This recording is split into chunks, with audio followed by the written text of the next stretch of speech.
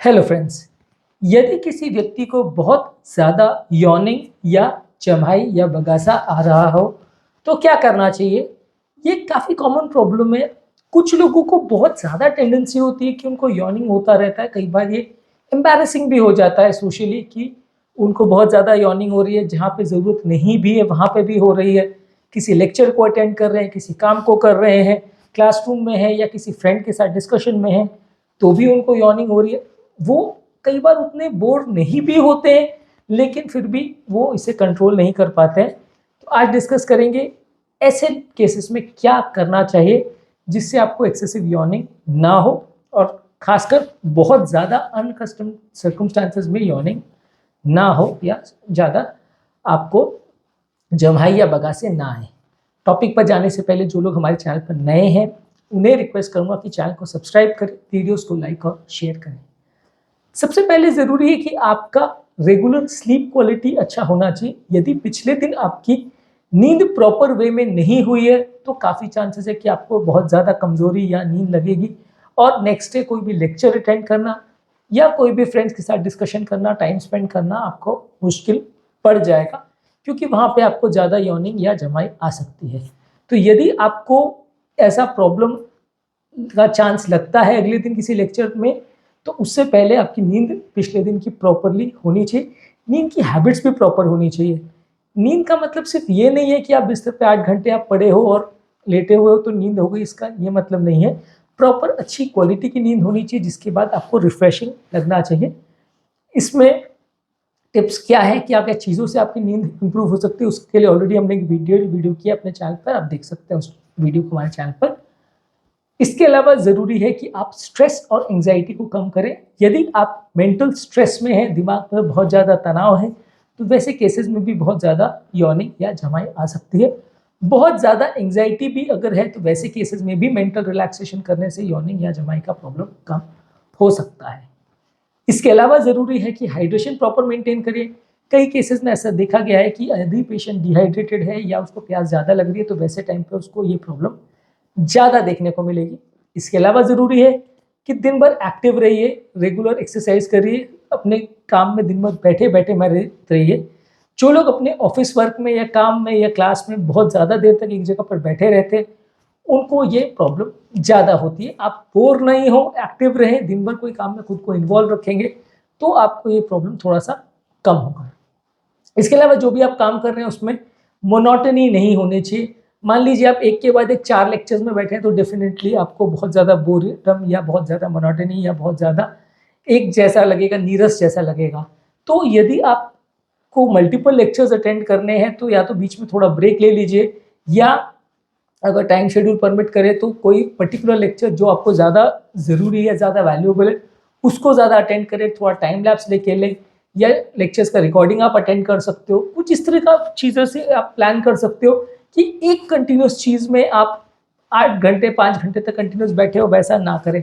जैसे office work ही है, यदि एक तरह का काम आप 7-8 घंटे तक करते रहोगे तो आपको बहुत ज़्यादा बोर्डम होगा और जमाई आएगी। क्लास में भी वैसा ही है, अलग अलग तरह के कामों में ऐसा है, जहाँ पे भी आप अपने शेड्यूल को थोड़ा मैनेज कर सकते हो। ऑब्वियसली क्लासरूम में ये उतना ईजी नहीं होता, क्योंकि आप बीच में कोई लेक्चर बंक नहीं कर सकते, या लेक्चर्स के बीच में ब्रेक लेना इतना ईजी नहीं होता, इनडिसिप्लिन हो जाता है। तो जहाँ पे पॉसिबल है वहाँ तो डेफिनेटली करिए। अगर नहीं पॉसिबल है तो मोनोटनी को ब्रेक करने के लिए या बोर्डम कम हो उसके लिए आप कुछ कर सकते हैं। इसके अलावा थोड़ा सा चाय पीना ये सब चीज़ों के लिए अच्छा माना जाता है, लेकिन ज़्यादा मात्रा में अगर आप कैफीन लेते हैं या मेंटल स्टिमुलेंट्स लेते हैं तो इससे भी कई बार लोगों को ज़्यादा जम्हाई आती है। बहुत ज़्यादा कैफीन बॉडी में जाए तो वो भी आपकी नींद को अफेक्ट करता है, जिसकी वजह से अगले दिन आपको बहुत ज़्यादा जमाई होती है। तो ये आप कोशिश करिए कि बहुत ज़्यादा मात्रा में मेंटल स्टिमुलेंट्स या दिमाग को तरोताज़ा करने वाली, जिनको हम मानते हैं चाय कॉफ़ी या चीज़ें, उनको बहुत ज़्यादा मात्रा में लेना अवॉइड करिए। इसके अलावा कुछ मेडिसिन भी हैं जिससे आपका ऐसा हो सकता है, खासकर जो मेडिसिन ब्लड प्रेशर को कम करती है या जो मेडिसिन बॉडी को डिहाइड्रेट करती है, उन सब चीज़ों से भी बहुत ज़्यादा कमज़ोरी या सुस्ती हो सकती है। तो वैसे चीज़ों को भी अवॉइड करिए, उनसे भी आपको ज़्यादा यॉर्निंग होना या जमाई होना हो सकता है। इसके अलावा कोई अगर मेडिकल कंडीशन है जिसकी वजह से ऐसा हो रहा है, जैसे कि स्लीप एपनिया है, रेस्टलेस लेग सिंड्रोम है। इसके अलावा कुछ मेडिकल कंडीशंस है जैसे कि sleep apnoea, restless leg syndrome या कुछ ब्रेन रिलेटेड बीमारियां जिसकी वजह से अगर आपकी नींद अफेक्ट हो रही है तो नेक्स्ट डे आपको बहुत ज़्यादा यॉर्निंग होना या बैठे बैठे सो जाना, इस तरह की चीज़ें होंगी, बहुत ज़्यादा सुस्ती बनी रहेगी। तो इस तरह की बीमारी अगर है तो उसको प्रॉपर एड्रेस करिए, उनको ट्रीट करिए।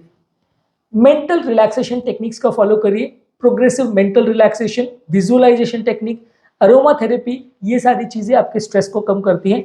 हमने अपने स्ट्रेस रिडक्शन वाले वीडियोस पे ऑलरेडी इस बारे में बात की है, आप उन्हें एक बार चेकआउट कर सकते हैं। ये सारी चीज़ों को आप फॉलो करते हैं तो इससे भी आपका मेंटल स्ट्रेस कम होता है और रिलैक्सेशन अच्छा होता है। इसके अलावा अगर आप ब्रीदिंग एक्सरसाइज करें तो भी इससे फ़ायदा होगा। गहरी गहरी सांसें लीजिए, उसको छोड़िए, गहरी सांस लीजिए, उसको रोकिए, फिर उसको बाहर निकालिए। ये सारी चीज़ों से भी आपका मेंटल रिलैक्सेशन होता है, बॉडी में जमा टॉक्सिक एयर भी निकल जाता है, तो इससे भी कई बार आपको जमाई आना या यॉर्निंग का चांस कंपैरेटिवली कम होगा। यदि कोई बीमारी इसमें इन्वॉल्व है या आपको कोई अगर बीमारी है जिससे ऐसा लगता है कि ये सारी चीज़ें अफेक्ट हो सकती हैं तो हेल्थ केयर प्रोफेशनल को कंसल्ट करिए। प्रॉपर बैलेंस डाइट लीजिए, ज़्यादा ऑयली या फैटी फूड मत लीजिए, लेने में बॉडी को उसको पचाने के लिए ज़्यादा टाइम लगता है, ज़्यादा न्यूट्रिशन लगता है, तो वैसे केस में भी आपको खाने के बाद ज़्यादा नींद आ सकती है। प्रॉपर पोस्चर का मेंटेन करिए, यदि आप लेक्चर में बैठे हो या कोई काम कर रहे हो या फ्रेंड्स के साथ भी बात कर रहे हो तो यदि आप इरेक्ट बैठे हो, स्ट्रेट बैठे हो तो आपका बॉडी और मेंटल पोस्चरिंग ठीक रहेगा, आपको नींद कम लगेगी, आपको जमाई कम आएगी। लेकिन यदि आप बहुत ज़्यादा रिलैक्स वे में बैठे हो या बहुत ज़्यादा लेट के टाइप अटेंड कर रहे हो, बहुत ज़्यादा झुके हुए हो, पोस्चर इरेक्ट नहीं है, तो वैसे केस में भी आपको थोड़ा नींद ज़्यादा आएगी, वैसे केस में भी थोड़ा आपको जमाई ज़्यादा होगी। एक और चीज़ ज़रूरी है कि ऐसे सर्कमस्टेंस में कमरे में लाइट जो है काफ़ी ब्राइट होनी चाहिए।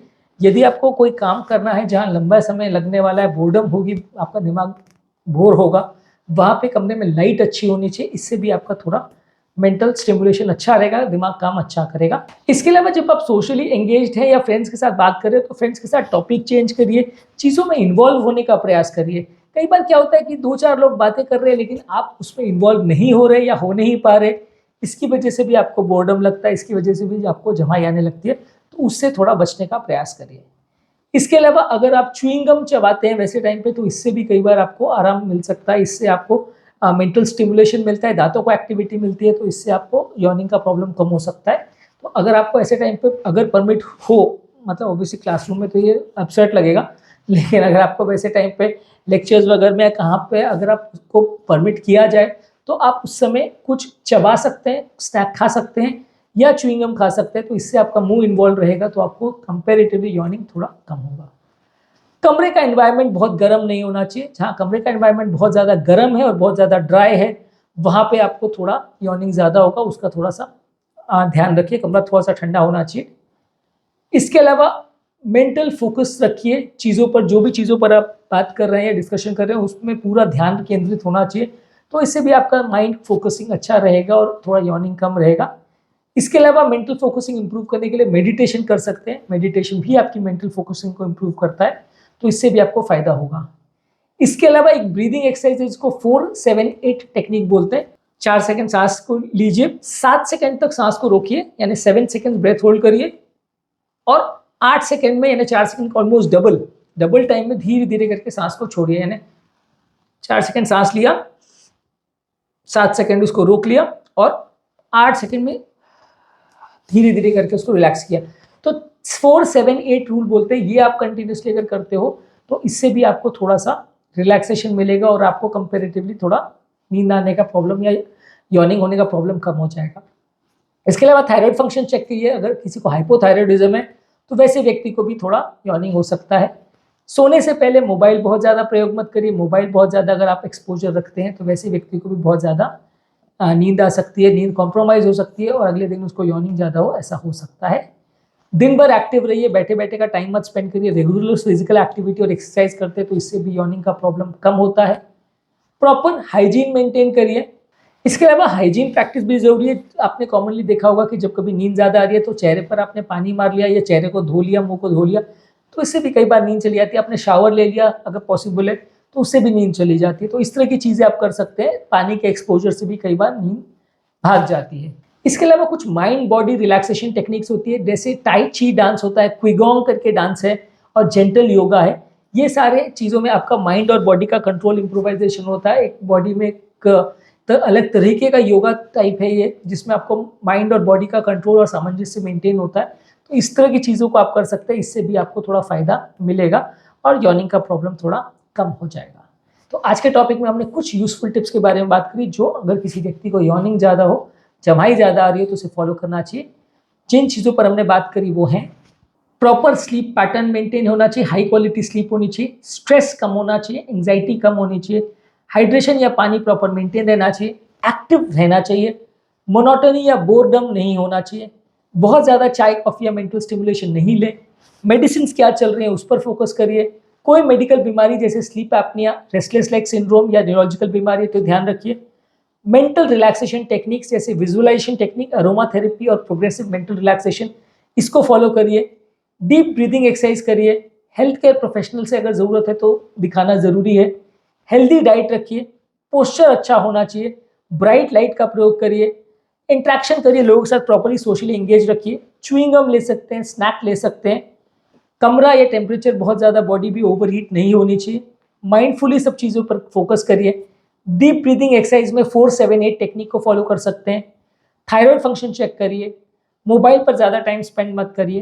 दिन भर एक्टिव रहिए, स्नान कर सकते हैं, ब्रश कर सकते हैं या चेहरे पर पानी मार सकते हैं, इससे भी थोड़ा आपको नींद कम आएगी, हाइड्रेशन प्रॉपर मेंटेन करिए और टाई ची, क्विगोंग या जेंटल योगा जैसे माइंड बॉडी टेक्निक्स का प्रयोग आप कर सकते हैं, इससे भी इस तरह के प्रॉब्लम से मुक्ति पाने में आपको मदद मिलेगी।